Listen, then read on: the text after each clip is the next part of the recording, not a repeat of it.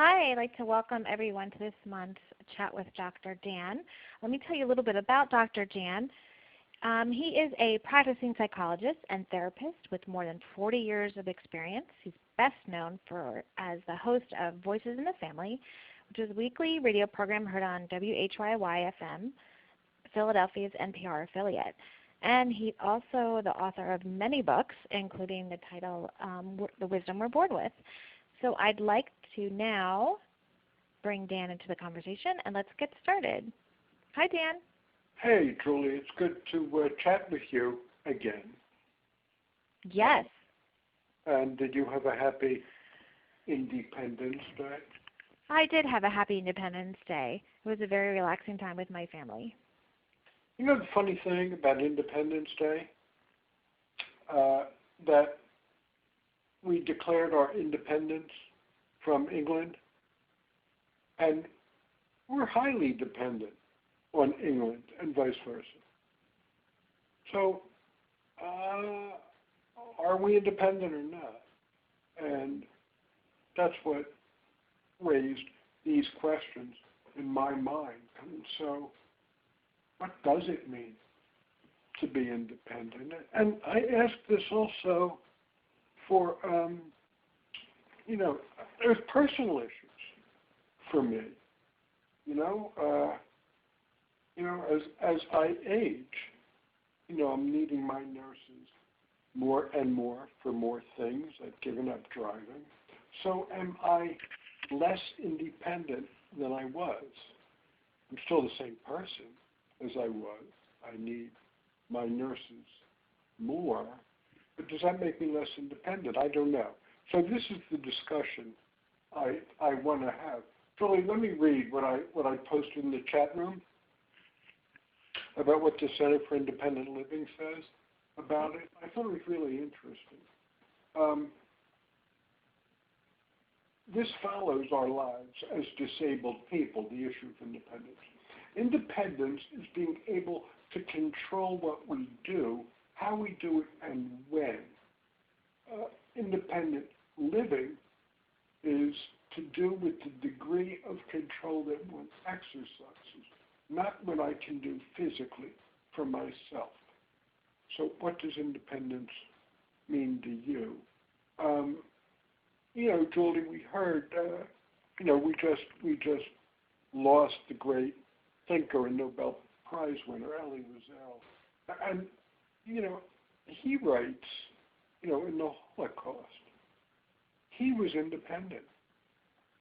Once he declared, and Viktor Frankl said this even better about the Holocaust, once he declared in his mind and his heart that they can only imprison my body, but they cannot imprison my mind or my soul, he said he felt free at that point. So it does raise a question about what it means. Do you have any thoughts, Julie, about what it means to you?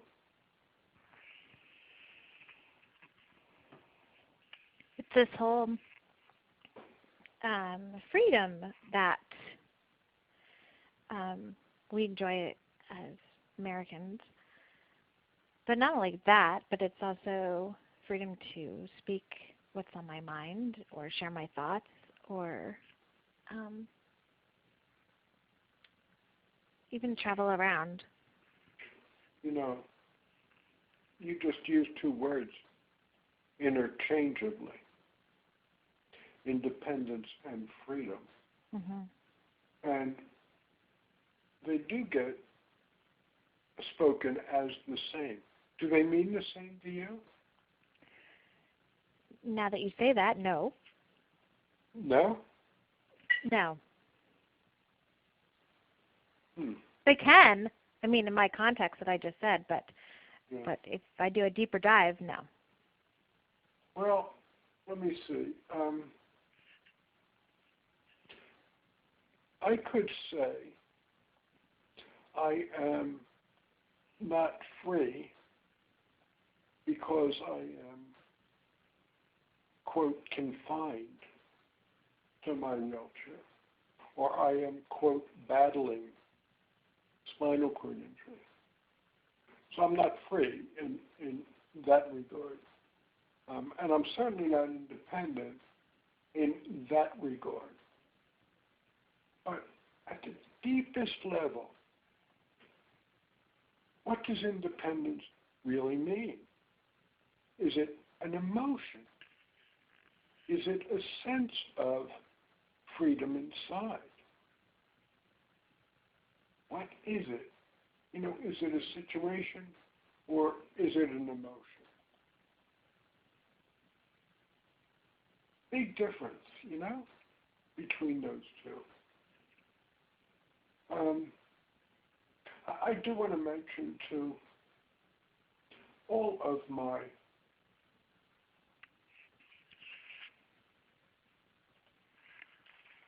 I had to be quiet for a minute because my Dragon Dictate went on accidentally and my computer was having a nervous breakdown. Okay, I'm back online. So, we've got about 10 or 12 people who have joined us. And I really want to know what independence means to you. I also want to know why you joined us today. What are you looking for? I mean, it can be related to independence or not. I mean, we have, what we do every month is we start off on a topic, but, where we go may or may not have to do with that topic. So, we're not locked in to anything. So please chime in. Love you to call in or chime in or to chime in on the chat room. Can Christine? Yep, Christine has her hand raised, and I just want to remind everybody that if you are dialed in on your phone, you may press *1 on your keypad to join our conversation. You'll get put into the audio line, and we'll be able to hear you. And if not, you may type in your question on the chat box. But we definitely need your participation in our online discussion. So Christine, if you're able to, please dial *1 or type your question in the chat box. Love to hear from you, Christine. So, anybody else? Thoughts about independence? I also want to know from caregivers too. Especially family caregivers. Do you feel independent as a family caregiver, or are you dependent? Do you feel independent if you have to work at a job you don't like? So, love to hear from you. Christine, still hoping for you. So Tom Thorpe said, I'm in the beginning stages of learning to drive. I question myself daily. So, that to me, all right, learning to drive, I question myself daily. That to me delivers independence. Sure, I mean, that's, driving does mean independence to so many people.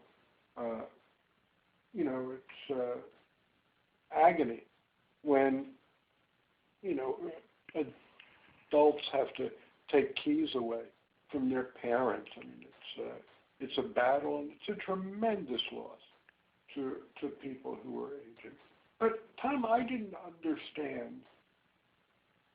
What do you mean you question yourself daily? You question your ability to do it? You question your skills? You question your confidence? Or you question whether it's right for you? So, Tom, I hate to sound like a therapist, but tell me more. Because we can have a discussion about this. And driving does mean independence for so many, and ability Tom, you question your ability and your safety. Well, Tom, here's what I urge you to do, is to go into this, with hope and enthusiasm. I don't know what level you are or what your driving teacher tells you, but be open here. You may or may not have the ability to drive safely. You may or may not. And if you do, terrific. You'll enjoy it. And if you don't, you will, you will have the life you've been having. Oh, Tom said C6, C7. So, you've got the wherewithal to drive. You've got to certainly have the physical ability to drive. I'm C5, mostly C6, and I drove for about 30 years, give or take. So, yeah, you've got the wherewithal to drive. I remember when I first started to drive, Tom, I was scared out of my mind, and I was excited too. My van driver pulled up to my house, and I looked at this thing with all this equipment, and the first thing I said when I got in the van was, "Oh no, not me. I'm not doing that." He put me in the van in the passenger side, and he drove, for about a mile, and I just watched him. And then we got into a parking lot, and he said, "Your turn." And I said, "Hell, if I'm going to drive that, I'll kill somebody, I'll kill myself." So he said, "No, you won't." And he kind of forced me to drive. And, it's like everything else. It's like a musical instrument. The more I did it, the more comfortable I was. Tom, I don't know your age, but man, all of us remember those of us who did drive when we were younger. All of us remember when we first got behind the wheel. If we were smart, we were scared. If we were dumb, we didn't have the brains to be scared. But, it's overwhelming. We started off in parking lots, or I did anyway. So, Tom, you're 52. That's certainly not too old, to your reflexes aren't impaired. You're certainly not a senior citizen.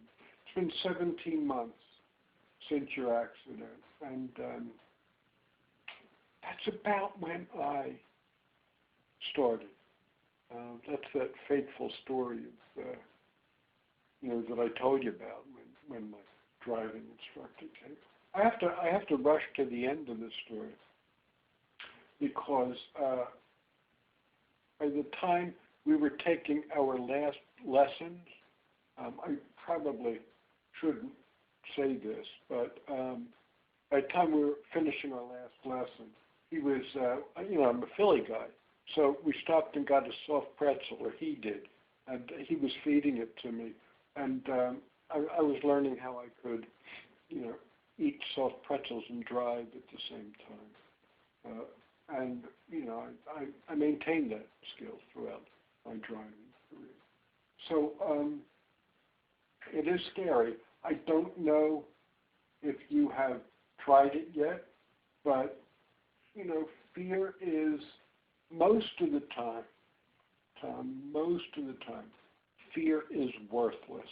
It's a prediction of the future that, may or may not be accurate. Sometimes anxiety carries with it valuable information. And in your case, your anxiety, carries some valuable information. This is new. Be careful. Be cautious. So, honor your anxiety and be hesitant, but enjoy it when it happens. So I got Tom's last text, and he says, "No, not yet. He's waiting on OVR. And bless your heart, I hope OVR doesn't take the next decade or two before you get a response. I hope you get a quick response. And you start driving soon. Tom, tell me, I've been blathering on for a while. Tell me, Tom, what would you like from me? How can I help? How can today's chat help? I'm just curious. Tom's been great about chiming in every time I ask him a question. I guess what I asked was a pretty complex question, so Tom, I'll wait till you typed it in. I got one response to my post, to my poll, and it is, what does independence mean to you?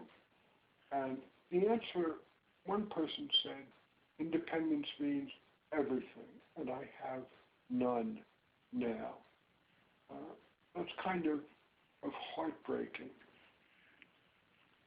that you feel you have none now. So Tom says, about my request, I don't know, sir. I'm listening to ideas to motivate me. Well, here's one, Tom. Here's one, Tom. Your anxiety is your anxiety, and it carries valuable information. But don't ever let your anxiety run your life. It's not carrying the voice of truth. It's just carrying information. It's just carrying information, but it should never, ever, ever be in the driver's seat. We were talking about independence here, Tom. Independence is when you're in the driver's seat. And I mean, it's a great metaphor. We're talking about a van. But, I'm also using that metaphorically. So many of us get trapped by our emotions, whatever they are. They can be anxiety, fear, they can be anger, they can be resentment, they can be depression, or living with a sense of injustice or self-pity. But that's when we're trapped. When any of those emotions are in the driver's seat of our lives, that's when we lose independence. So, I hope this was helpful. Hang out of course today, but join me in our discussion group. It's I think it's called Dr. Dan on Well-Being. So please join us. Okay, we just got a chat from Tom, and I got one from. Oh, Bridget, I wondered if there's anybody on the audio part. You do have a question or comment from Paul Melvin. Okay, great. Please put Paul through, and then we can get to Robert's comments. And Paul, your line's open. Okay. I was, let's see, back when I hit the *1, when Dr. Dan was laying out some of the initial things, what we control and what we do and how and when. But one of the components, not the sole defining component, but to me, options seems important in independence. Having some choices, and preferably with or without help, being able to choose activities, how we want the environment we want to live in. If we're having, in terms of home, managing personal assistants, or having people come in that are assisting us in doing things that we may not be able to do for ourselves. But anyway, just having different options in that instead of being having those things being dictated to us by our circumstance of having a disability. So that was just one idea that came to mind to me. I think that's great, having options. So, do you consider yourself independent? I've been. I consider myself fairly independent quite independent over the years, and I'm 38 years post-injury. We've spoken before, Dr. Dan, and I feel, but I do with aging. You've mentioned some things. I was in preparation reading on the subject, the topic of today's call. I saw where you mentioned that you had stopped driving and things like that. Yeah, and I thought of the impact of that on you, and I do still drive, not as much because I have a car and it involves transferring and stowing my chair, and I'm a T2, T3 paraplegic at 63 years old, but. So it's I've been looking into vans, and I wish I had gotten one when I was working full time. But it used to be what used to be exercise and range of motion to me is now a lot of work in 90-degree weather. But I'm sorry. Your question was about do I feel? I feel I'm and I was mentioning some of this to you last time. You mentioned confidence. I'm because of a couple physical things that have occurred to me that not occurred but have happened.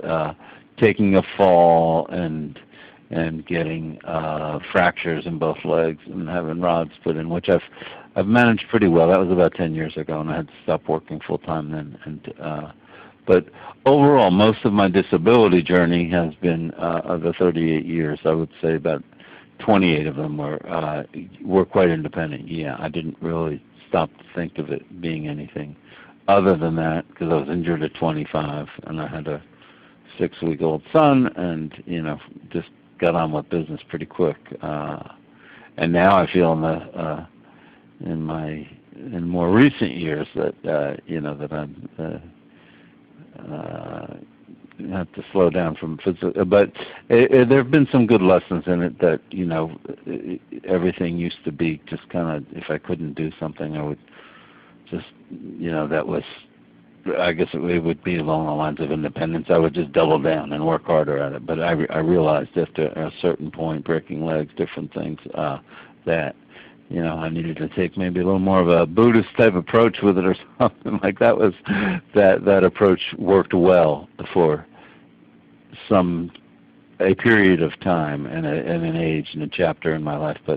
But now I needed to revisit how to do different things and learn. It's been hard for me to accept help and personal assistance and to ask for things, and so it's a skill I have to work at, and so yeah. And I feel I'm losing some options also, and I guess I'll stop rambling here. But I do think that one of the things that go into options also is are related to options is resources. Sometimes, I think because Tom was mentioning about driving, and as you know, the cost of a van can be not to make excuses, but that can be it can get a little steep there, especially if one is not employed full time and that sort of thing. So, but so much of disability is happenstance, or too, as far as resources. So, to you, it means options. Your lifestyle gave you more options than you have now. Previously, yes. Yeah. You said you're having difficulty accepting that. this is the issue for us. I mean, yours, is age-related, but it almost doesn't matter. This is the issue with that, is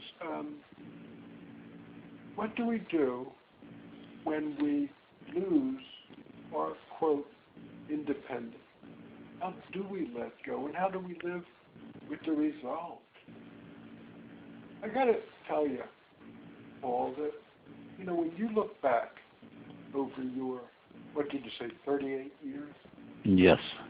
So you've experienced lots of losses. Yes.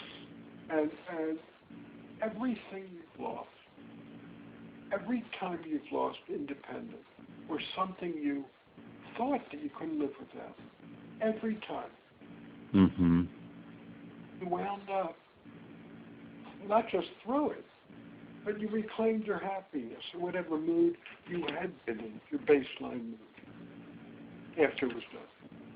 I'd like to think so, but have you ever found?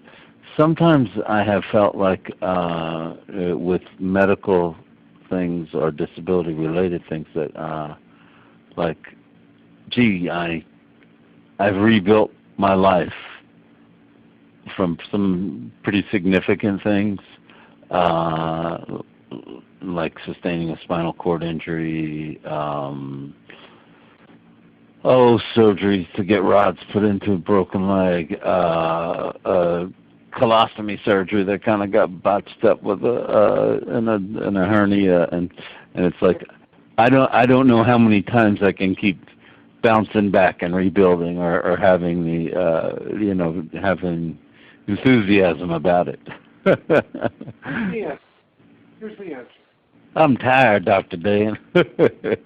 Go ahead. I'm sorry for I didn't mean to interrupt you. Tired, Paul. You mean you're physically tired, or you're depressed? A little of both. Yeah, I'd be lying to you if I didn't say. When I go in for a doctor's appointment, they'll say, "Well, do you have any depression?" It's like, yeah, I have some, yes, and I have worked with a counselor, over 25 years or so. When in raising my son, and used one, but used also myself. We did it jointly, and then I continued to independently, and I found it very beneficial. Yes. Here's the deal. You are physically tired, as am I. And yet we don't have as much strength as we once had to fight these wars that we did, right? Right. I don't know. To me, what's most important is being able to enjoy what I have at the moment. Watching the leaves, I've talked about this a lot. It's so very important to me. Watching the leaves outside, and especially today here in South Jersey, it is really, really hot and humid. And it's still, but I watch which leaves move despite the stillness. And I could do that for the longest time. I feel so grateful to be able to do that. So, I can't drive anymore, and my bladder's getting weaker and all that stuff. But, my God, I love having a life. Having a life. And we all tend to forget that. We love having a life. There's been articles that just came out of Pennsylvania, here in Philadelphia, University of Pennsylvania, that physician-assisted suicide is almost the law of the land, and it's being accepted around the world, but so few people choose it, even the ones who are in pain. So few people choose it because, by and large, we love having a life. We might bitch about not being able to drive or losing our independence, but we love having a life. And if we can get in touch with that gratitude for our breath, for just this gift of being alive, this improbable gift, being alive. That's independence. That's the kind of independence Viktor Frankl talked about. I am free. Mm-hmm. Knowing I can find gratitude just looking at it. Well, and Dr. Dan, not to interrupt you, but what you mentioned there about ending life and in places where I think Oregon and a couple states and some of the European countries have assisted suicide. It's interesting, getting back to options. It's interesting to me that many people, just knowing they have that option, I haven't tracked the numbers exactly, and this study that you were mentioning from the University of Pennsylvania is interesting. But it is interesting to me that people know they have the option, but I think this is when I last looked, I think most people do not opt for it. But there's a certain comfort in knowing that if things got too bad, they could check out, so to speak. Does that make sense? Yeah, it does. Well, we all can. But I got to tell you something. Yes, sir. In my 46 years, of practicing, in my 33 years of being a quadriplegic and a psychologist, many people have come to me. Many people have come and say they don't know if they can do it anymore. They don't know. And every single one of them, when I give them the choice of life or death, they choose life. I think there were two people over the hundreds I've treated that opted to take their lives. That I had great respect for them. Given the choice of life or death, we choose life. So, Paul, I want to. No, and I totally agree with you on that. I'm just saying that option is it is interesting when it's presented to people, and it confirms what you're saying. Life is still pretty amazing. Yes.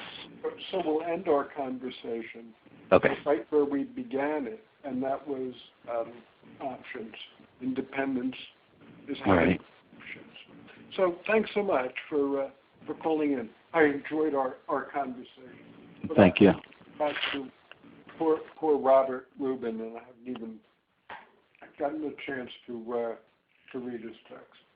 So take care. I hope to see you or hear from you next month too. So Robert, thank you for your patience. Robert says, I can't drive any longer due to progressing post-polio syndrome. My issue is getting around, and emotion stands out front. My need to get around is in a handicapped vehicle. I'm pretty sure I contacted all federal and NYS agencies, New York State agencies looking for help. There's nothing out there that I can find. Wouldn't it be nice to have an agency to loan out vehicles while retaining ownership so the vehicle has to be given back eventually? I have an emotional need to travel to South Jersey, and that I am in control of my own destiny. Right now, I'm a prisoner inside my own home.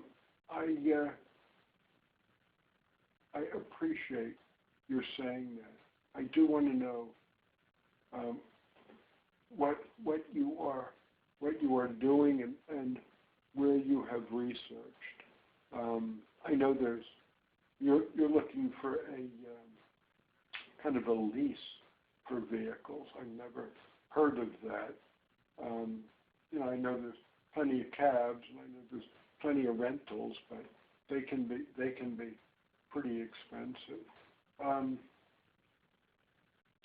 I also know, I don't know enough about, your life or your situation. But,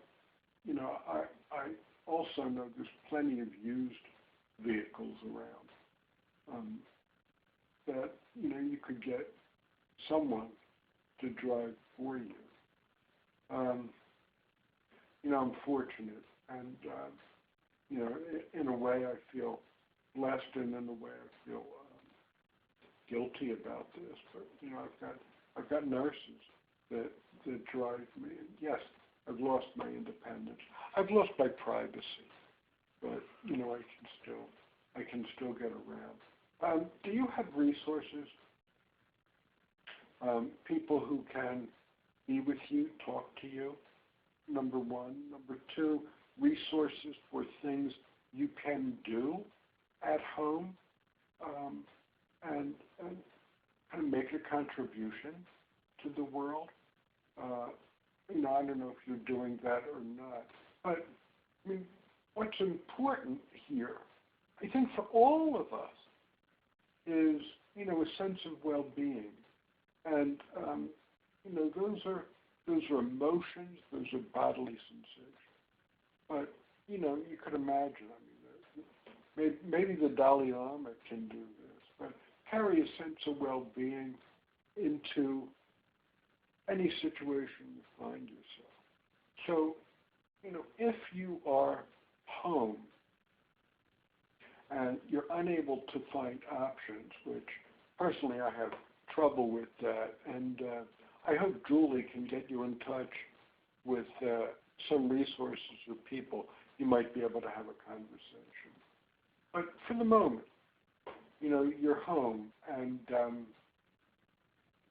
I wonder what you can do day by day, to make peace with that, and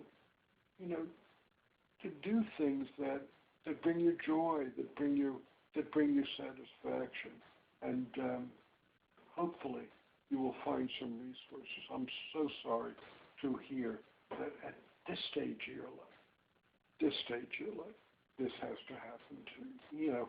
They talk about aging being so very hard, but for us, it's got its own special, things that go with it. So I really am sorry, and I wish I had better answers. Julie, are you there? Julie might have. I am, and I am just putting in the chat box right now the information for our paralysis resource information specialists who can provide you with a ton of resources, and can also put you in touch with our peer and family support program to either become a peer mentor or to request a peer mentor, which is a great program we have going on all for free at the Reeve Foundation. So please start with that phone number that I just posted in the chat box. All right, so here's the deal, Julie. So he chimes in. He writes in and talks about his situation, Robert does. And I blather on, talking about all these options and ways of being comfortable where he is. And then you come in 15 seconds and say way more than I did. That's a little embarrassing, Ms. Lubinsky. Man, you know what though, seriously. Thank goodness for you, Julie, and your resources and the Reeve Foundation. It's just extraordinary what they do. I am so, I feel so honored to be a part of it. We are lucky to have you as well, and to have these live chats where you're here. We can hear you. We can, people can ask questions, get their questions answered, and that's the same with our paralysis information specialists. They're live people. They're there. They will pick up the phone. They say hello. They'll talk to you.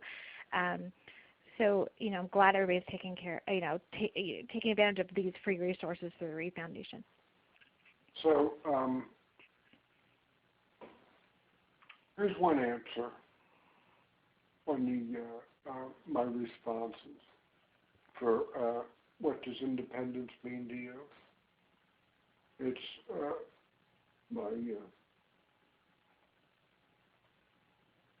he or she says, give me a sec.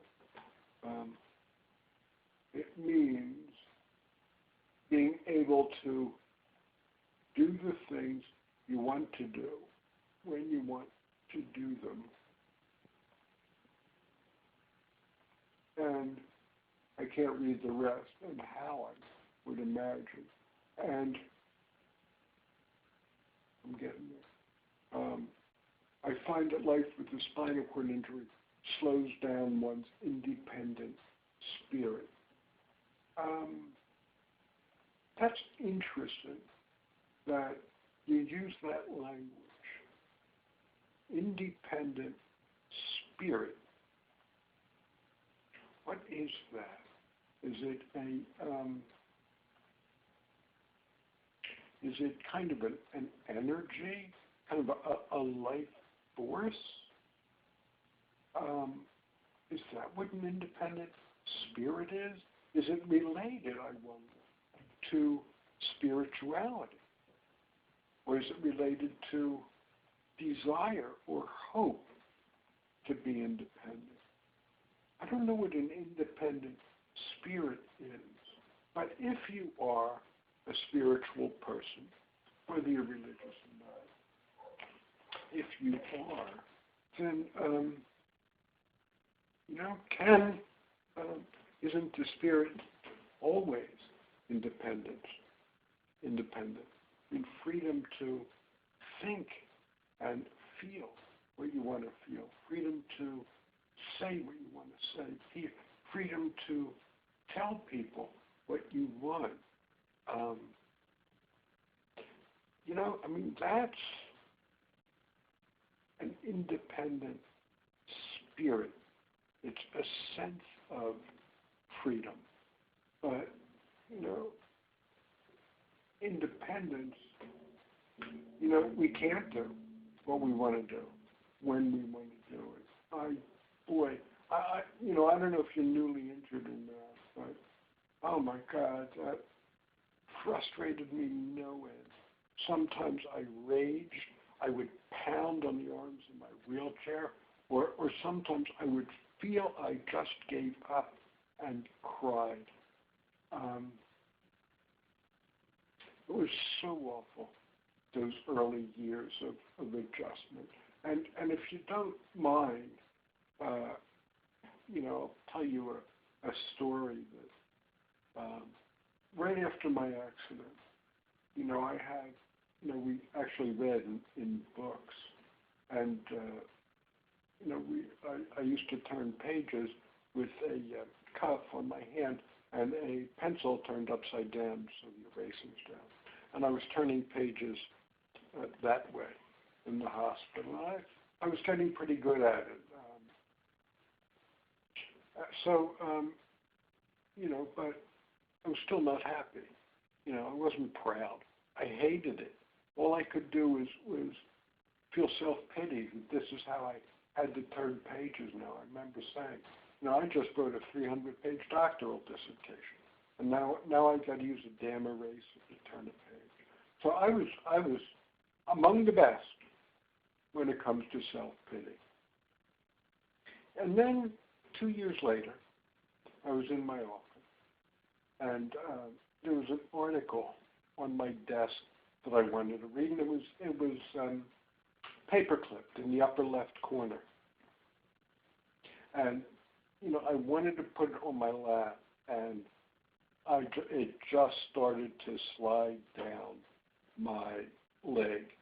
And I allowed it to slide down, maneuvered it down, so it was shaped like a teepee. You know what I mean, with the staple up. And I was able to lean all the way over and got my thumb under that damn staple and pulled it up and put it on my desk. It took about 10 minutes, And I remember feeling such a great sense of pride and accomplishment. And then I thought about that day back in the hospital when I was turning pages. And then I felt self-pity. And now I felt proud of myself. What's the difference? Well, the difference is that I was no longer, when I was in the hospital, I was living the life I want But now, that day in my office, I was living the life I had. And this man was able to get that damn paper back up on his desk. And how lucky I am that how many people can pick a paper up off the floor and put it on their desk and feel so good about themselves, you know? It was a big change. Shifted from living the life I wanted and frankly deserved to living the life I had. I can't tell you, I did A, B, and C in order to get there, or there was some great therapy that I was in. No, I think it was just, what happens to us. We heal. We heal. We heal with scar tissue, but we heal. I remember, and I might have mentioned this. I might have mentioned this when I was reading Tuesdays with Maury. I don't know if any of you guys remember this book. It was summer reading, big hit years ago. And Maury is a professor, writing professor, who had ALS, Lou Gehrig's disease. And, he was dying. And he invited his favorite student to meet with him every Tuesday and to kind of document his life and experience. So that's why it was called Tuesdays with Maury. But I remember reading it, and one day Maury says to Mitch Albom, his student, he says, "Oh my God, one day somebody's going to have to wipe my ass." And my quick response to that was, "Oh, you'll get used to it, Maury. You'll get used to it." And, in a way that's funny, but it's true. I mean, oh my God, for my bowel routines in the beginning, what a nightmare. What emotions. And now, you get used to it. You get used to it. So, I wish for you so much that you grow more comfortable with the life you have. And of course, I wish that for all humans, people I love, friends and enemies. I wish that deeply. And we've got another here that, let me see if I can get the whole thing. You're going to have to. Independence to me is to drive a van. 11 years, after 11 years, I drove a van with hand controls, and I was scared really bad, but if I didn't, I'm having trouble getting this on my screen. I got to do something with it. Julie! I am here. I don't. Julie, help me! Okay, hang on. Will you read that second poll display? I can. I drove a van with hand controls the first time last month, but it keeps flashing on and off. I was really scared, but I really didn't try it. I wouldn't be thinking, what if? The way I look at it, if I get my license, that'll be nice. You know what? That's independence, yes. Is not to be dependent on outcomes, not to be dependent on outcomes. We wish for what we wish for. I'm having some medical difficulties, so I'm seeing a doctor on Friday. I'll tell you what I wish for. I wish for this diagnosis, but if I don't, if I get that diagnosis, my life will be a bit easier, and if I don't, it'll be a bit more difficult. But I'm going into that. Dan, and I'm going to come out of that Dan.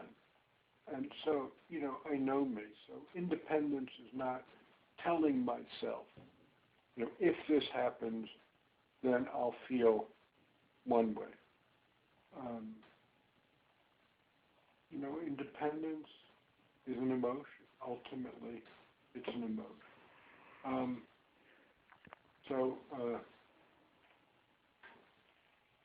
Tom said, Randall said, doing for yourself is everything. This is in response to Robert's text about, his van difficulties in New York. And Randall says, amen, doing for yourself is everything. And he says, I'm a burden because I can't. And Tom says, I get that. And Tom also says, that's where I'm at. I cried a lot about yesterday. I cried a lot, we all do. There's a great psychologist years ago specialized in grief, and he said grief is the rope burns that are left behind when what we have clutched so tightly is pulled from our grasp against our will. And that's what yesterday is, That's what yesterday is. I gave a talk a couple of years ago, large audience, 500 people. And, the topic was something akin to this. It was either death or loss, but it was major loss.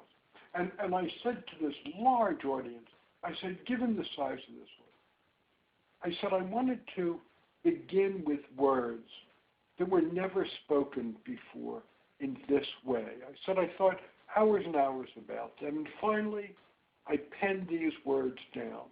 So I want you to listen to them now. I said, yesterday, all my troubles seemed so far away, and now it looks as though they're here to say, I believe in yesterday. Do you believe that? I mean, that song really captured it, doesn't it? All my troubles seemed so far away. You know what, team? A year from now, today is going to be your yesterday. And if you lose anything, or if you get weaker or whatever, this is the yesterday you're going to miss. Tom talked about a movie called You Before Me. It's a movie about a spinal cord injured man. People have told me to watch that, Tom, and I haven't for some reason. I don't, and frankly, I forget what it's all about. I'm going to try to post that poll up again. So I'd love to hear from you about what independence means to you. I forget, we've got, I don't know if we have anybody on the phone, Julie. Bridget, is there anybody that wants to chime in on the phone? And we have no questions or comments at this time. Okay, just to remind everybody to go call. Julie? Yeah. I just looked at the clock. Oh my goodness. Yeah, exactly. I did the same oh my goodness thing. So there. Well, I want to thank everybody for joining us, especially you guys who've chimed in. Paul and Tom and everybody else who joined in on the chat line. Who Robert Rubin and those of you who responded to my question. So thanks to everybody, but special thanks to Julie Lubitsky, who now everybody knows is the brains of the outfit. So we can't pretend that anymore, Julie. I'm just a moderator. No, I really love talking not only to you, but to everybody that either types in a question or calls in with a question. It's so great to hear everybody, and I think everybody has contributed to the conversation. We can all walk away with something.